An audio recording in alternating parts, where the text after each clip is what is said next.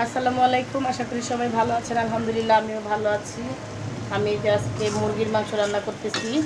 এটা মুরগি গ্রাম থেকে আনছি, দেশি মুরগি। মশলাটা কষানো হয়েছে। এখন এই যে আগে থেকে ধুয়ে রাখছি মুরগিগুলা, ঝরাই রাখছিলাম।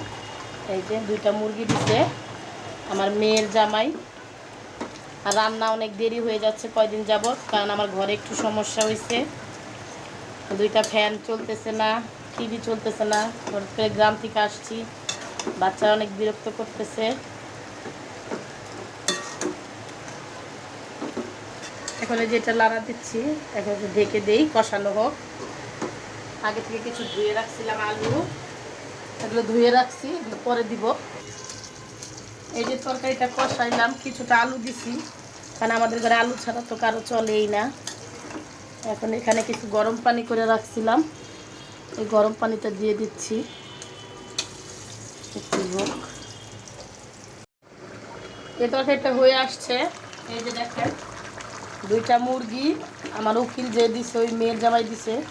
মানুষ যতই গরিব হোক, কিন্তু আসলে এই মানুষের মনটা সবচেয়ে বড় জিনিস।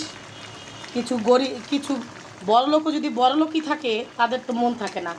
আর কিছু গরিব যদি বড়লোক হয়, গরিবও থাকে, তাদের মন অনেক ভালো থাকে।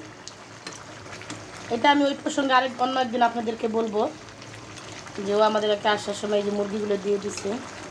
সবাই ভালো থাকবেন, সুস্থ থাকবেন। আল্লাহ হাফেজ।